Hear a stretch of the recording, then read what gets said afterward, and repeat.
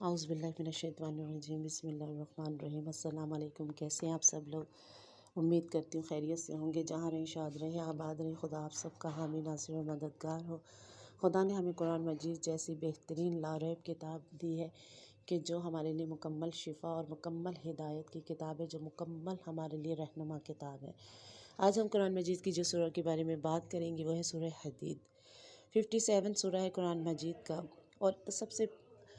بات یہ ہے کہ جب بھی ہم کسی بھی سورہ سے، جب بھی ہم خدا سے یا قرآن سے رجوع کریں تو یقین کامل کے ساتھ کریں، تو خدا ویسے ہی ہمارے لیے آسانیاں پیدا کر دے گا۔ اگر کوئی ایسا کام ہے ہمارے لیے مشکل ہے کہ کوئی ہم کام کرنا چاہتے ہیں، آسانیاں پیدا کرنا چاہتے ہیں، لیکن ہمیں رکاوٹیں آ رہی ہیں، مسلسل ہم کوشش کر رہے ہیں، کئی مہینوں سے، کئی سالوں سے ہم کوئی کام ہمارا رکا ہوا ہے، وہ کام ہو نہیں رہا، تو ہمیں چاہیے کہ اس کے لیے ہم روزانہ 3 مرتبہ سورہ حدید کی تلاوت کریں، تو انشاءاللہ تعالی ہمارے وہ رکے ہوئے کام خدا کروا دے گا، خدا ان میں آسانیاں پیدا کرے گا اور ہماری دعائیں مستجاب کرے گا انشاءاللہ تعالی۔ اور اگر کوئی مریض ہے اور آپ چاہتے ہیں کہ مریض صحت یاب ہو جائے، تو اس کے لیے روزانہ 7 مرتبہ، کیونکہ آج کل ایسی بیماریاں آ رہی ہیں جن کے لا علاج بیماری ہیں، یا کچھ ایسے کہ ڈاکٹروں نے کسی کو جواب دے دیا، ان کے لیے آپ چاہتے ہیں کہ خدا انہیں صحت دے دے،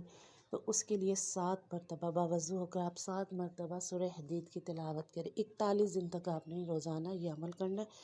7 دفعہ سورہ حدید کی تلاوت کریں،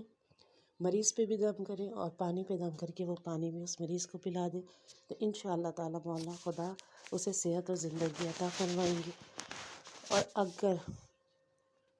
کوئی ایسا مسئلہ ہے کہ آپ کا کوئی دشمن ہے جو آپ سے دشمنی کر رہا ہے، میٹ پیچھے آپ پہ وار کر رہا ہے، آپ کو یقین ہے کہ وہ آپ کو مسلسل نقصان پہنچا رہا ہے اور آپ اس کے شر سے بچنا چاہتے ہیں، تو اس کے شر سے بچنے کے لیے کوئی ایسا دشمن، تو 7 مرتبہ ہی باوضو ہو کر آپ نے روزانہ کوئی ایک وقت باندھ لیں اور آپ نے وہ سورہ حدید کی تلاوت کرنی ہے اور اس کا تصور کر کے اس پہ پھونک مار دیں، تو پھر انشاءاللہ تعالی وہ آپ کو کوئی نقصان نہیں پہنچا سکے گا۔ خدا ہم سب کو اپنے حفظ و امان میں رکھے، اور خدا ہمارے سب کے سب سے پہلے تو گناہ کبیرہ اور صغیرہ معاف کرے، اور خدا ہمارے ان گناہوں کو معاف کر دے کہ جو ہماری دعاؤں کو بعد اجابت تک پہنچنے نہیں دیتے، کیونکہ ہماری دعائیں قبول ہی جب ہوں گی جب ہماری گناہ کبیرہ اور صغیرہ معاف ہو جائیں گی۔ آج کی میری یہ ویڈیو پسند آئی ہو تو اسے لائک کریں، شیئر کریں، سبسکرائب کریں، اور صدقہ جاریہ سمجھتے ہوئے اور قسم کی ہم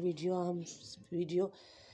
اس الٹ پٹانگ ویڈیو ہم آگے شیئر کرتے ہیں، یہ بہترین چیزیں، ان کو سے لوگ فیضیاب ہو سکے، ان چیزوں کو بھی آپ ضرور سپورٹ کیا کریں، آگے شیئر کیا کریں، اور کمنٹس میں مجھے بتائیں